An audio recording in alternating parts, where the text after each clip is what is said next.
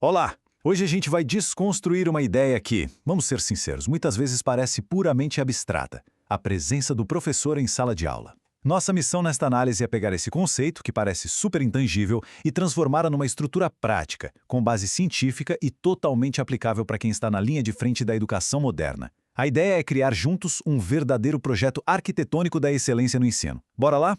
Bom, vamos mergulhar nisso. A fonte que a gente está analisando hoje redefine fundamentalmente a educação superior e tecnológica. Esquece aquela visão de que ensinar é só uma mera transmissão de dados frios. Não.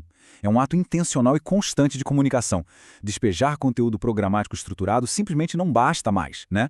O grande segredo, na verdade, está em como a gente se conecta e interage dentro de todo esse ecossistema de aprendizagem.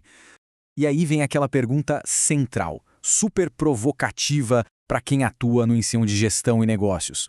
Hoje em dia, ter só um currículo técnico gigante ou 1000 titulações acadêmicas já não é o suficiente. Então, o que realmente separa um transmissor tradicional de um verdadeiro líder em sala de aula? A resposta é simples: superar as barreiras práticas da comunicação e transformar a teoria num ambiente vivo.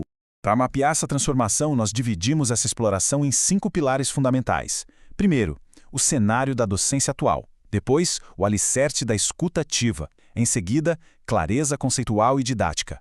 Expressão corporal e vocal. E, para fechar com chave de ouro, a construção da autoridade.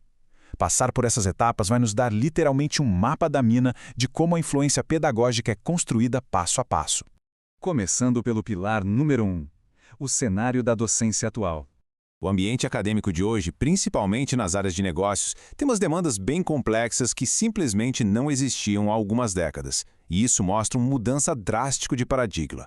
De um lado, a gente tem o transmissor tradicional, aquele focado 100% na burocracia do conteúdo programático. Do outro, o arquiteto moderno da aprendizagem.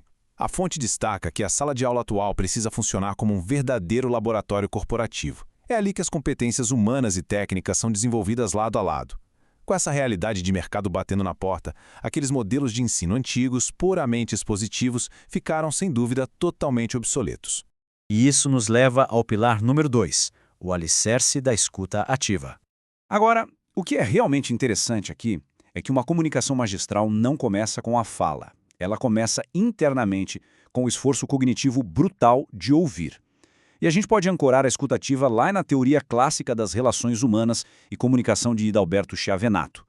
Ele define a retroação, que a gente conhece popularmente como feedback, como um mecanismo indispensável para a comunicação perfeita.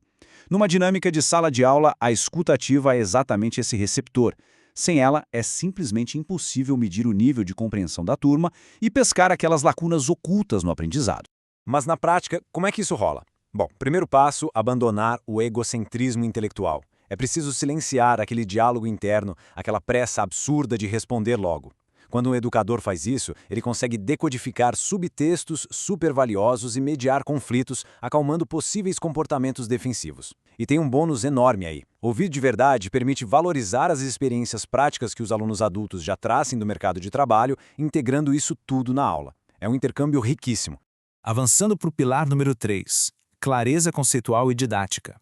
Vamos avançar e ver como isso se constrói. Com a fundação firme, a gente começa a erguer as paredes. O foco agora é entender como o conhecimento abstrato pode ser estruturado, traduzido e entregue, mas sem perder uma gota do rigor acadêmico necessário. E para não dar um tilt na cabeça dos alunos, ou seja, evitar sobrecarga cognitiva, a didática precisa seguir uma sequência superlógica. Primeiro, o educador ancora a explicação em conceitos que a turma já domina. Segundo, ele avança passo a passo rumo a teorias mais complexas. E o terceiro passo é crucial: aplicar analogias e metáforas organizacionais. Isso materializa a teoria administrativa e gruda o aprendizado na memória de longo prazo. Um detalhe importante: a fonte faz um alerta muito direto sobre ruídos de comunicação. A ferramenta visual de um professor tem que ser estritamente um mapa mental, sabe? Servir para expandir a fala, organizar o raciocínio, dar vida à explicação. Nunca, jamais, atuar como um teleprompter cheio de textos enormes para uma leitura mecânica. Um canal de comunicação limpo mantém a atenção da turma exatamente no que importa. Chegamos ao pilar número 4, expressão corporal e vocal.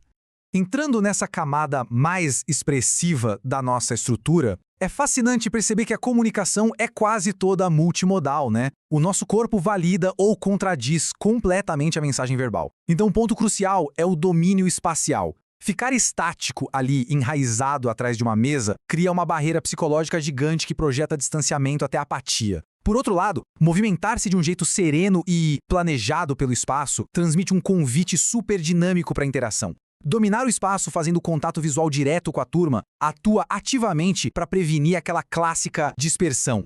O corpo de um profissional da educação tem que vibrar na mesma frequência do conhecimento que está sendo transmitido. Isso inclui desde usar as mãos abertas para demonstrar transparência até expressões faciais com entusiasmo de verdade. E olha esse ponto que a fonte destaca. A energia cronobiológica, ensinar turmas no período noturno, com o pessoal muitas vezes exausto depois de um dia inteiro de trabalho, exige do professor um vigor físico extra. A presença física do educador tem que atuar como um ímã, recarregando a energia do próprio ambiente. E a outra metade dessa expressão é a voz. Gente, um tom linear, monocórdico, é capaz de destruir até a teoria de gestão mais genial do mundo. A voz pede dinâmica. A gente precisa modular o tom para mostrar firmeza, projetar o volume usando o diafragma para não precisar gritar e controlar o ritmo para não causar ansiedade intelectual em quem escuta. E talvez o maior truque retórico, as pausas estratégicas. Aquele silêncio intencional depois de uma afirmação forte não é um vazio. Ele cria um verdadeiro suspense pedagógico que puxa a atenção total da sala na hora. E, finalmente, o pilar número 5, a construção da autoridade. Agora a gente coloca o telhado na nossa estrutura. É aqui que percebemos como todos os pilares anteriores convergem numa influência pedagógica genuína e duradoura. No ensino superior, a autoridade nunca, repito, nunca é automática só porque um nome consta num diário de classe.